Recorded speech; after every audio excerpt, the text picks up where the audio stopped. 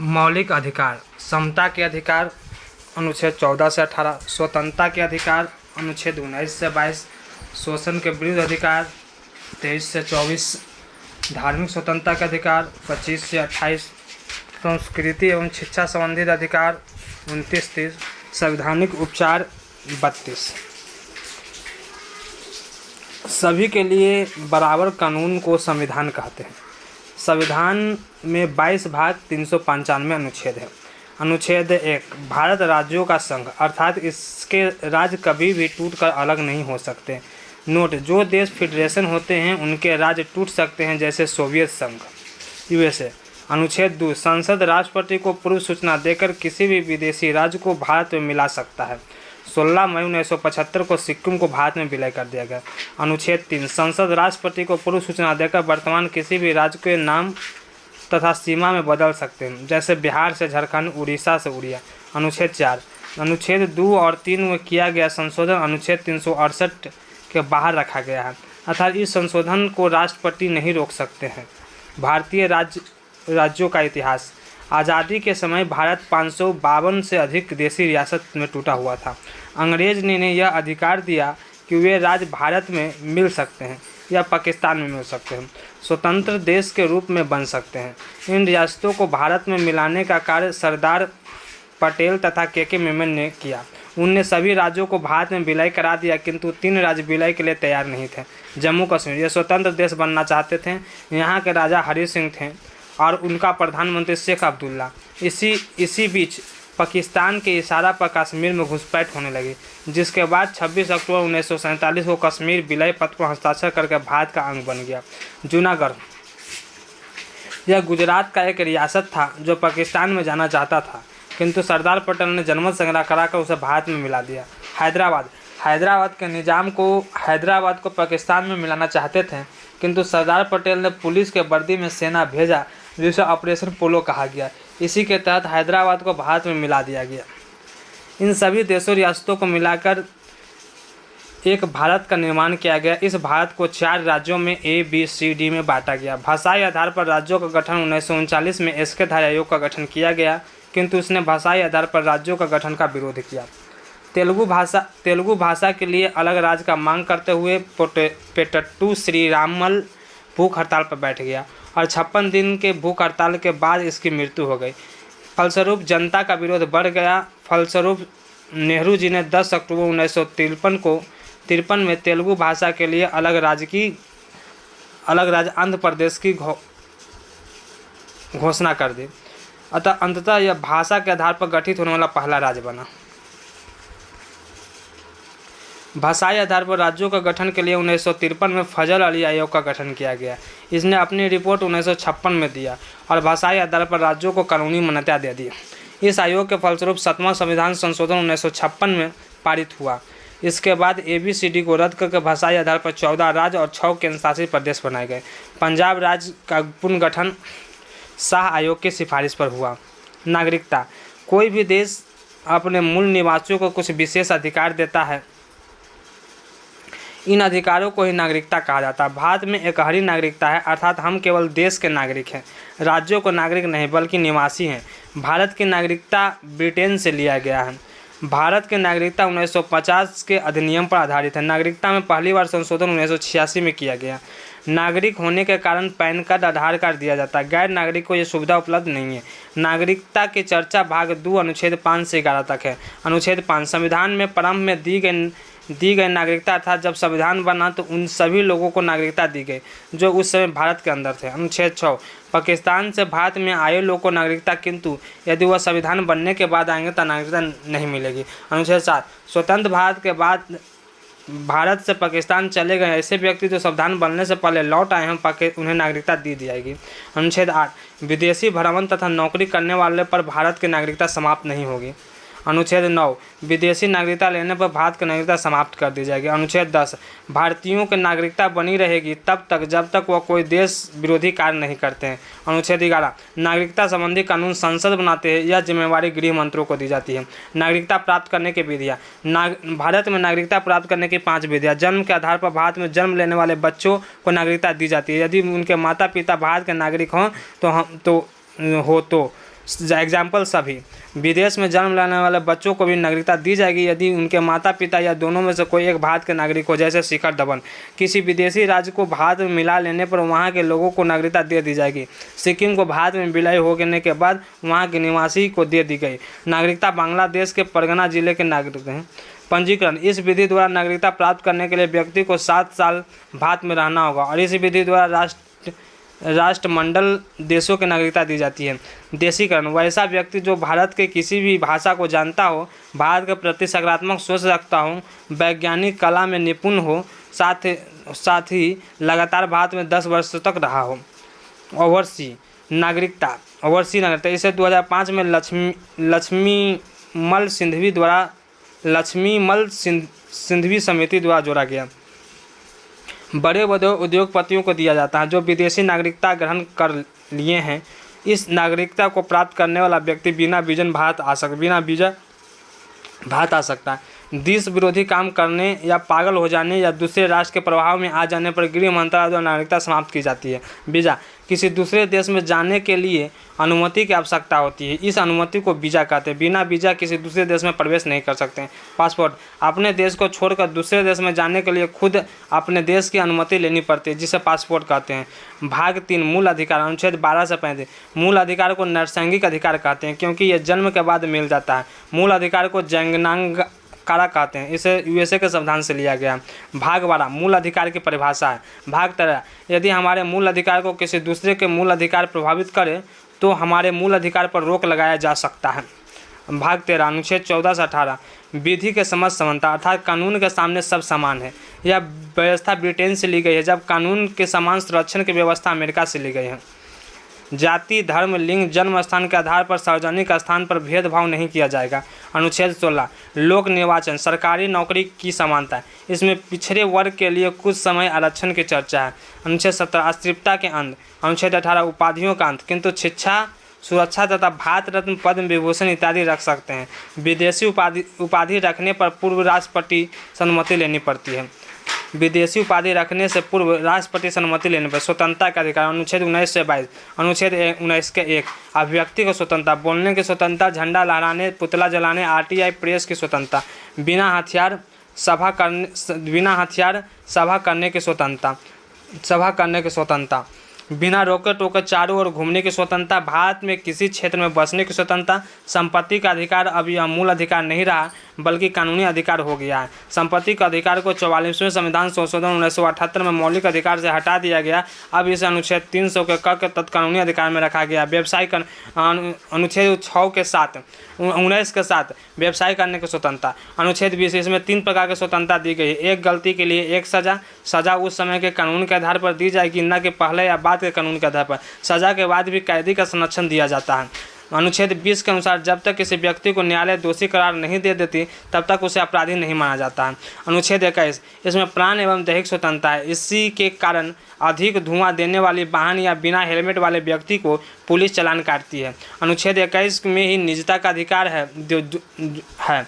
अब हमारी गोपनीय जानकारी को कोई उजागर नहीं कर सकता। अनुच्छेद 20 तथा 21 को आपातकाल के दौरान नहीं रोका जा सकता है, अतः इसे सबसे शक्तिशाली मूल अधिकार कहते हैं। अनुच्छेद 21 के क इसे 6 से 14 वर्ष के बच्चों को निःशुल्क प्राथमिक शिक्षा का अधिकार है। इसमें इसे 86वां संशोधन 2002 द्वारा जोड़ा गया है। अनुच्छेद 22 इसमें 3 प्रकार की स्वतंत्रता दी गई है जो गिरफ्तारी के संरक्षण संबंधित है। व्यक्ति को गिरफ्तार करने से पहले वारंट बताना होगा। 24 घंटे के अंदर उसे न्यायालय में सशरीर प्रस्तुत किया जाता है। इस 24 घंटे में यातायात तथा अवकाश का समय नहीं गिना जाता है। गिरफ्तार व्यक्ति को अपने पसंद के वकील रखने का अधिकार है। निवारण विरोध अधिनियम, इसकी चर्चा अनुच्छेद 22 के भाग 4 में है। इसका उद्देश्य किसी व्यक्ति को सजा देने नहीं बल्कि अपराध करने से रोकना है। इस कानून के तहत पुलिस के शक के आधार पर किसी भी व्यक्ति को बिना कारण बताए अधिकतम 3 माह तक गिरफ्तार या नज़रबंद कर सकती है। नज़रबंद, किसी व्यक्ति को जब समाज से मिलने नहीं दिया जाता है तो उसे नज़रबंद कहते हैं। नज़रबंद होटल, आवास या जेल कहीं भी हो सकता है। भारत में प्रमुख निवारण विरोध अधिनियम, निवारण विरोध अधिनियम 1950, यह भारत का पहला निवारण विरोध अधिनियम या 31 दिसंबर 1972 में इसे समाप्त कर दिया गया। Misa maintenance of internal security act, इसमें 1971 में लाया गया किंतु इसका सर्वाधिक उपयोग हुआ, जिसके कारण 1978 में इसे समाप्त किया गया। राष्ट्रीय सुरक्षा कानून रासुका, इसे 1980 में लाया गया। यह अधिनियम यह अभी तक लागू है। यह वर्तमान में सबसे खतरनाक अधिनियम है। इसके तहत पुलिस इनकाउंटर कर देती है। Tada, terrorist and destructive activity, इसे 1985 में लाया गया। आतंकवादी के विरुद्ध इसे लाया जाता था। दुरुपयोग होने के कारण 23 मई 1995 में इसे समाप्त कर दिया गया। पोटा, प्रिवेंशन ऑफ टेररिस्ट एक्ट, यह अभी आतंकवादी पर लगाया जाता है। इसे 2001 में प्रारंभ होता था, 2004 में समाप्त किया गया। शोषण के विरुद्ध अधिकार, अनुच्छेद 23 और 24। अनुच्छेद 23 बलात् श्रम, जबरदस्ती तथा बेगारी पर रोक लगाया गया, किंतु राष्ट्रीय सुरक्षा के मुद्दे पर बलात् श्रम या बेगारी कराया जा सकता है। अनुच्छेद 24 14 वर्ष से कम उम्र के बच्चों को खतरनाक काम में नहीं लगाया जा सकता। धार्मिक स्वतंत्रता का अधिकार, अनुच्छेद 25 से 28। अनुच्छेद 25 अंतःकरण की चर्चा अर्थात व्यक्तिगत धार्मिक स्वतंत्रता की चर्चा। इसके तहत सिखों का कृपा, तलवार, मुस्लिम को दाढ़ी, हिंदुओं को टिकी रखने की स्वतंत्रता है। अनुच्छेद 26 इसमें सामूहिक धार्मिक स्वतंत्रता है। इसी के तहत यज्ञ, हवन, सड़क पर नमाज पढ़ने की अनुमति है। अनुच्छेद 27 धार्मिक कार्य के लिए रखा गया टैक्स नहीं लगता है। धार्मिक कार्य के लिए रखा गया धन पर टैक्स नहीं रखा गया। अनुच्छेद 28 सरकारी धन से चल रहे संस्था में धार्मिक शिक्षा नहीं दी जाएगी। रिमार्क, संस्कृत एक भाषा है, न कि हिंदू धर्म के धार्मिक शिक्षा। इसी प्रकार उर्दू एक अरबी भाषा है, न कि इस्लाम धर्म की शिक्षा। अतः सरकारी मदरसा का अनुच्छेद 28 का उल्लंघन नहीं है। संस्कृति एवं शिक्षा संबंधी अधिकार, अनुच्छेद 29 और 30। अल्पसंख्यक, अनुच्छेद 29 अल्पसंख्यकों हितों का संरक्षण, अल्पसंख्यकों की रक्षा है। और कहा गया है कि किसी भी अल्पसंख्यक की इसकी भाषा या संस्कृति के आधार पर किसी संस्था में प्रवेश से नहीं रोका जा सकता। अनुच्छेद 30 अल्पसंख्यकों का शिक्षा संरक्षण, अल्पसंख्यक यदि बहुसंख्यकों के बीच में शिक्षा लेने से संकोच कर रहा है तो अल्पसंख्यक अपने पसंद की संस्था खोल सकते हैं, सरकार उसे भी धन देगी। अनुच्छेद 31 इसमें पैतृक संपत्ति की चर्चा की गई है, जो मूल अधिकार था, किंतु 44वां संशोधन 1978 द्वारा इसे कानूनी अधिकार बना दिया गया और अनुच्छेद 300 के कम में जोड़ दिया गया। अनुच्छेद 19 के 6 में अर्जित संपत्ति की चर्चा है, जबकि अनुच्छेद 31 में पैतृक संपत्ति की चर्चा है। मूल अधिकार को हमसे सरकार या जनता कोई भी छीन सकता है, मूल अधिकार को हमसे सरकार या जनता कोई नहीं छीन सकता है, जबकि कानूनी अधिकार को जनता नहीं छीन सकती किंतु सरकार छीन सकती है। इसके लिए सरकार से भूमि अधिग्रहण विधेयक लाया है। संवैधानिक उपचारों का अधिकार, अनुच्छेद 32 संवैधानिक उपचारों का अधिकार। अनुच्छेद 32 को मूल अधिकार बनाने वाला मूल अधिकार कहा जाता है, क्योंकि इसके द्वारा व्यक्ति हनन के मामले पर सीधा सुप्रीम कोर्ट जा सकता है। सुप्रीम कोर्ट 5 प्रकार के रिट समादेश जारी कर सकती है: बंदी, प्रत्यक्षकरण, प्रतिषेध, परमादेश, उत्प्रेषण और अधिकार परीक्षा। इसका ट्रिक होता है बंदी, पति, परमेश्वर, उसका अधिकार। बंदी प्रत्यक्षकरण यह व्यक्तिगत स्वतंत्रता के सबसे बड़ा रीट है। यह बंदी बनाने वाले अधिकारी को यह आदेश देता है कि उसे 24 घंटे के भीतर सस्तरीय न्यायालय में प्रस्तुत करें। परमादेश इसका अर्थ होता है हम आदेश देते हैं कि कोई सहकारी कर्मचारी अच्छे से काम नहीं करता है तो उससे यह जारी किया जाता है। अधिकार परीक्षा जब कोई व्यक्ति ऐसे कार्य करने लगता है जिसके लिए वो अधिकृत नहीं है तो उसे रोकने के लिए अधिकार परीक्षा जारी करता है। अनुच्छेद 352 राष्ट्रीय आपात के दौरान केवल 20 से 21 ही ऐसा अनुच्छेद है जिससे वंचित नहीं किया जा सकता। प्रतिषेध यह ऊपरी न्यायालय अपने से निचले न्यायालयों में तब लाती है जब निचले न्यायालय अपने अधिकारों का उल्लंघन करके फैसला सुना चुकी रहती है। उत्प्रेषण यह भी ऊपरी न्यायालय अपने निचले न्यायालय पर तब लाती है जब निचले न्यायालय अपने से अधिकार का उल्लंघन करके फैसला चुना होती है। अंबेडकर ने अनुच्छेद 32 को संविधान का आत्मा कहा था। किस भाग को संविधान का आत्मा कहा जाता है? प्रस्तावना को। यह 5 प्रकार के रीट अनुच्छेद 226 के तहत हाई कोर्ट भी जारी कर सकता है। अनुच्छेद 33 राष्ट्रीय सुरक्षा के हित में संसद, सेना, मीडिया तथा गुप्तचर के मूल अधिकार को सीमित कर सकती है। अनुच्छेद 24 भारत के किसी भी क्षेत्र में सेना का कानून लागू किया जा सकता है। सेना का न्यायालय को कोर्ट मार्शल कहते हैं। सबसे कठोर मार्शल आस्पा है, अनेल फोर्स स्पेशल पावर एक्ट। अनुच्छेद 35 भाग 3 में दिए गए मूल अधिकार को लागू होने के विधि की चर्चा है। मूल अधिकार को 7 श्रेणियों में बांटा गया था किंतु वर्तमान में 6 श्रेणी है। समानता का अधिकार 14 से 18, स्वतंत्रता का अधिकार 19 से 22, शोषण के विरुद्ध अधिकार 23-24, धार्मिक स्वतंत्रता 25 से 28, शिक्षा एवं संस्कृति 29-30, संपत्ति का अधिकार अनुच्छेद 31। लेकिन अब इसे हटाकर 300 अनुच्छेद 300 के कम में रख दिया गया, कानूनी अधिकार बना दिया गया। संवैधानिक उपचार का अधिकार अनुच्छेद 25, अनुच्छेद 14, 20, 21 से 23, 24, 25 से 28 भारतीय तथा विदेशी दोनों के लिए। अनुच्छेद 15, 16, 29, 19, 30 केवल भारतीयों के लिए। हड़ताल करने का तथा चक्का जाम करना मूल अधिकार नहीं है, क्योंकि इसमें अन्य व्यक्तियों को मूल अधिकार का हनन होने लगता है। अस्थायी आवास तथा अनिवार्य रोजगार मूल अधिकार नहीं है। वोट डालने का अधिकार राजनीतिक अधिकार है, मूल अधिकार नहीं है। मूल अधिकार को कुछ समय के लिए राष्ट्रपति निलंबित कर सकते हैं। मूल अधिकार को अस्थायी रूप से प्रतिबंध संसद करती है। मूल अधिकार का रक्षक सुप्रीम कोर्ट 32 में और हाई कोर्ट 226 में कहते हैं। नीति निर्देशक तत्व, इसमें भाग 4 में अनुच्छेद 36 से 51 के बीच रखा गया। इसे आयरलैंड के संविधान से लाया गया और तथा आयरलैंड ने इसे स्पेन के संविधान से लाया है। ऐसे तत्व जो देश के लिए आवश्यक है, किंतु संविधान बनते समय सरकार के पास इतने धन तथा संसाधन नहीं थे जो उन्हें उपलब्ध करा सके। अतः यह सरकार की इच्छा पर निर्भर है, जिस कारण केटी शाह ने कहा कि नीति निर्देशक तत्व इस चेक के समान है जिसका भुगतान बैंक अपनी इच्छा के अनुसार करती है। नीति निर्देशक तत्व का उद्देश्य सामाजिक तथा आर्थिक लोकतंत्र की स्थापना करना। अनुच्छेद 36 में परिभाषा है। अनुच्छेद 37 में इसे न्यायालय द्वारा लागू नहीं किया जा सकता, अर्थात न्यायालय द्वारा परिवर्तनीय नहीं है, बाध्य योग्य नहीं है। अनुच्छेद 38 लोक कल्याण की अभिवृत्ति, अर्थात सरकार जनता के कल्याण करेगी, जैसे राशन कार्ड, सामाजिक एवं राजनीतिक न्याय। अनुच्छेद 39 समान कार्य के लिए स्त्री एवं पुरुष को समान वेतन, संसाधनों को उचित वितरण। अनुच्छेद 39 का निःशुल्क विधि सहायता 42वां संशोधन 1976 में जोड़ा गया। अनुच्छेद 40 ग्राम पंचायतों का गठन। अनुच्छेद 41 कुछ दशाओं में सरकारी सहायता, काम, शिक्षा प्राप्त करना, जैसे वृद्धा पेंशन, विधवा पेंशन, विकलांग का साइकिल इत्यादि। अनुच्छेद 42 न्याय संगत कार्य, मनोचित दशा तथा प्रसूति सहायता उपलब्ध कराना, जैसे गर्भवती महिलाओं को कठोर शारीरिक काम न करवाना इत्यादि। अनुच्छेद 43 निर्वाह योग्य मजदूरी, अर्थात इतना वेतन दिया जाए कि परिवार चलाया जा सके। कुटीर दमन 41, 42, 43 का ट्रिक होता है दमन। 10 से कुछ होता है, 10 हो जाएगा। कुछ दशाओं में सरकारी सहायता, म से मनोचित दशा एवं प्रसूति सहायता और न से निर्वाह योग्य मजदूरी। अनुच्छेद 43 का उद्योग प्रबंधक में कामगारों की भागीदारी।